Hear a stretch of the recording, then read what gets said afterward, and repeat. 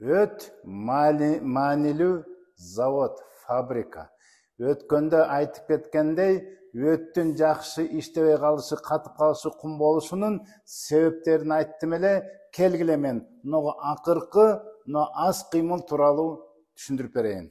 Аны үчүн көңүл бургула. Мына бул айткан доктордун сөзү.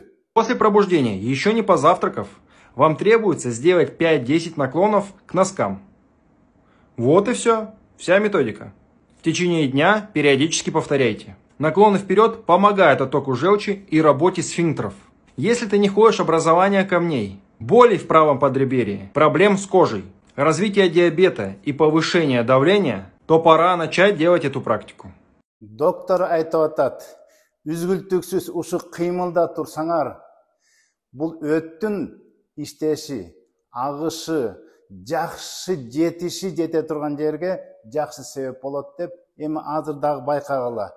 Экинчи доктор эмне деп атат? Механизм устранения застоя желчи в том, что мы механически должны перенаправить желчь вниз в кишечник и не допустить ее попадания в желудок.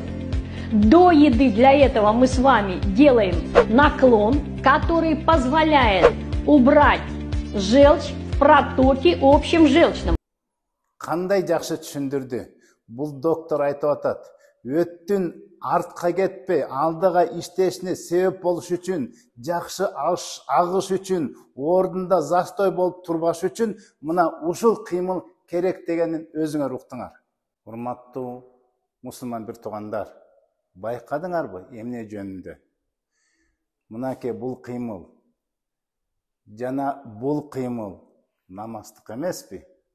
Ал эми бизден эмес, дагы деле мусулман эмес доктордукла. Вы поняли? 5 раз в день намаз, это стихи мои. Если в голове затор, начинается запор. Восток лечится намазом, желчь сгоняет, наклон 5 раз в день. У них у всех активные иммунные клетки. Привели мне детей, которые делают намаз, была в Киргизии, и привели детей, врачей, которые учились у меня, которые не делают намаз. Мы просто были в шоке, насколько. Есть даже такая терапия намаза. 5 раз в день наклонился, желчь согнал. Мынакей ким намаз окуса кубангыла, изжога деген болбойт, өт жакшы иштейт.